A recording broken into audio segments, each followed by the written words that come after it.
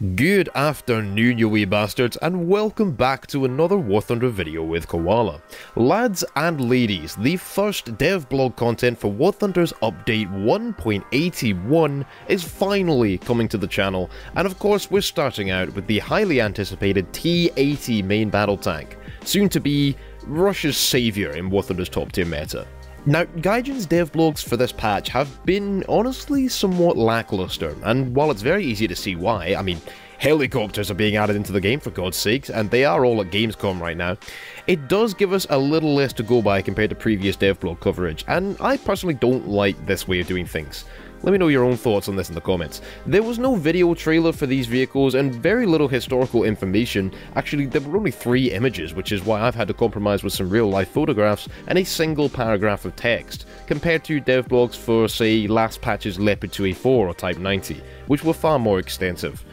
But I suppose that's what us content creators are here for, so let's get into this. Keep in mind, before we get started, that any information given here or seen in Gamescom footage is liable to be changed within the coming weeks. The T-80 was the world's first mass-produced main battle tank to make use of a gas turbine engine and the last MBT built by the Soviet Union, and was developed as the elite Russian army's counterpart to the cheaper and more commonplace T-72. Designed in the mid to late 1970s at the Leningrad Kirov plant, the T-80 took much of its design influence from the T-72 and preceding T-64, featuring the same 125mm 2A46 M1 smoothbore gun and a very similar exterior appearance and interior layout. It weighs in at 42.5 tons, and with its gas-guzzling gas turbine engine outputting 1,100 horsepower, it can reach over 70 kph, and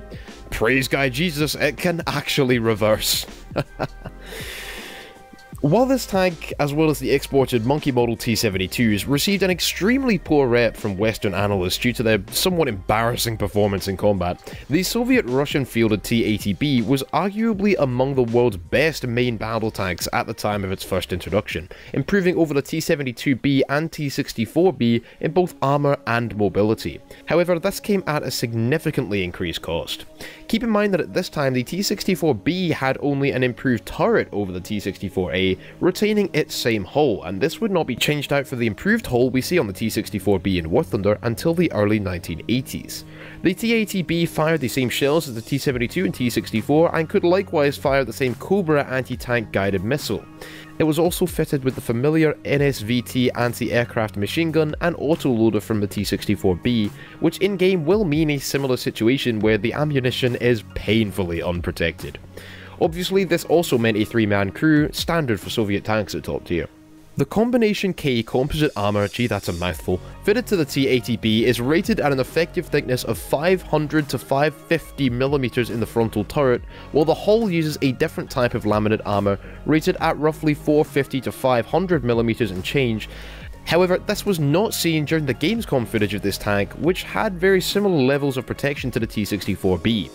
This is not the first time this has been the case, as both the Leopard 2A4 and especially the Type 90 have reduced armor thickness values when compared to their real-life counterparts. Actually, the Type 90 is missing almost 100mm of effective armor. But I hope this is changed by the dev server or live release for the T-80. Another thing that I do hope is changed is that unlike the T-64B, which last patch received explosive reactive armor as an upgrade, the T-80, as of footage from Gamescom, which as I mentioned already is subject to change, did not have access to its own BV modification and Contact 1 ERA bricks from 1985. The T-80BV, in my opinion, is among the best looking tanks of all time, so I have a personal bias to want this in the game, and I don't think it would be too much Russian bias for us to handle, as the tank's main improvement over the T-64B is its vastly increased speed and mobility, and chemical shells are so rarely seen at top tier. One major balancing factor that could limit us to the 1984 model T-80B rather than 1985's T-80BV is the new armor-piercing fin-stabilized discarding sable shell it fired, the depleted uranium core 3BM33, which was rated to have 500mm of penetration at 2 km range. But this still wouldn't match the Type 90's JM33 shell, and with the M1 Abrams lacking its own M833 DU APFSDS round, there is a precedent to simply add the tank without it. Or an alternative option worth mentioning here is to give this tank and the Type 90 their realistic armor values, give the T-80B its 1985 ERA and new shell, and up-tier them both to 10.3, adding alongside them the M1 IP with improved armor and M833 APFSDS, and Leopard 2A4 Mod 1987, which had vastly improved armor over the 1985 models seen in game, and access to the DM33 APFSDS shell produced that same year. Actually, originally when I made my devblog video covering the Leopard 2A4, I wrongly believed this was the model we were going to get, so if you want a little bit more in-depth discussion about that particular tank, please feel free to go and check out that video. Right now, the T-80B can be summed up very simply as T-64B plus speed minus ERA. The speed, however, looks to be another unhistorically poor factor, as this tank, even in arcade drive models, was not pushing above 55 kph off-road, while in real life it could achieve at least 60. It will have good armor, but next to pointless if going up against the Type 90 or high-penetrating AMX-40, and its ammunition, once again, is completely unprotected. That autoloader better be fast. The tank looks extremely similar to the T-64B, almost a mirror image with the lamp on the turret sitting on the other side of the gun, but it does have a couple of other notable differences, including increased ground clearance, which should help with its suspension. All in all, it may not be quite as exciting as when the Abrams, Challenger, Type 90 or Leopard 2A4 were added, but it's an addition I'm certainly looking forward to and should fit War Thunder's top tier meta much more than the T-64s. Perhaps Gaijin will pull a similar move as they did with the T-64B and give the T-80 its BV upgrade in a later patch, or perhaps we'll see it adjusted to the 1985 model with Contact 1 ERA and 3 BM33 shells in the coming few days, on the dev server, or by live patch release. Once again, armor, speed, the lack of ERA, these could all change soon. The T-80B was replaced in 1985 by the epic and undeniably sexy T-80U, which was fitted with the legendary Contact 5 explosive reactive armor.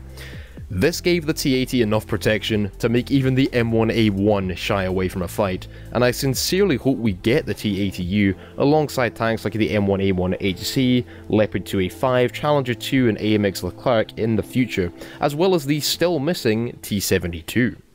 For now, however, the T-80B will be a significant boost to the success of Russian teams at top tier, bringing them up to battle rating 10.0 standard, as they've been struggling with slow tanks ever since update 1.77 brought the Abrams and Kyler into the fray. Anyway lads, that's going to conclude this video. Please leave a like if you enjoyed, subscribe if you haven't already, come follow me at all the links in the description below, and make sure to let me know your thoughts on this edition down in the comments. I'm going to get to work on some more devblog content, so expect that to be out soon, and until then, always remember, keep your bagpipes to hand, your kilt on, and I'll see you lads next video.